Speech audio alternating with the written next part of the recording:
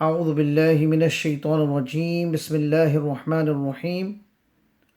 Inshallah, in this lesson we will learn how to stop. There are different kinds of stopping signs. Some of them are the round circle, which denotes end of verse, normally has a number in it. Waqf, the word waqf, stop. Ta, a must stop. Mim, definite must stop. Jim, option to stop or carry on.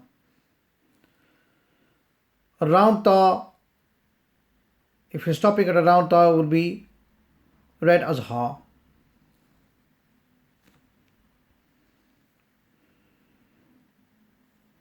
At the end of a verse, if there's a kasra or a fatha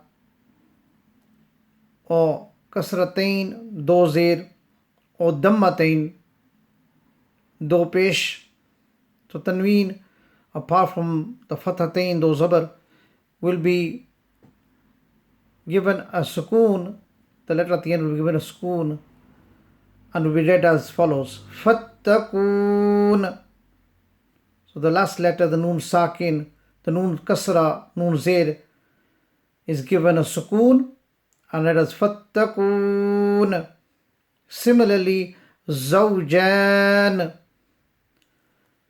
Normal fatha zabar with the alif will remain as it is. Zakariya, Zakariya, Fattakun, Zawjan, Zakariya. The following word having the round ta, the small ta at the end of a verse will be changed into a small ha and read with sukoon. So samaniyatun will be read as thamaniyah, thamaniyah. Long ta will be read as a normal long ta.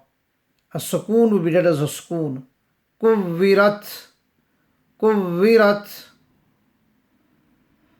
Mathwa, khadi zabar or fatamad will be read as it is.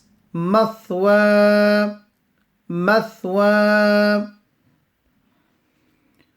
Quwwah, quwwah. A round ta again is changed into a ha and given a sukoon. Quwwah. Walidatik. Normal fatha will be given sukoon. Normal zabar will be given sukoon.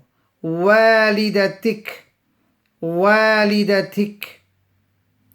غيره, غيره. رحيما. A fathatain or do zabar with a alif will be read as one alif, one zabar, one fatha. Rahima, Rahima. Dairah. A round ta again will be changed into a ha and given sukoon. Dairah. Ulul albab. The normal kasra, normal zair will be given sukoon here on the ba.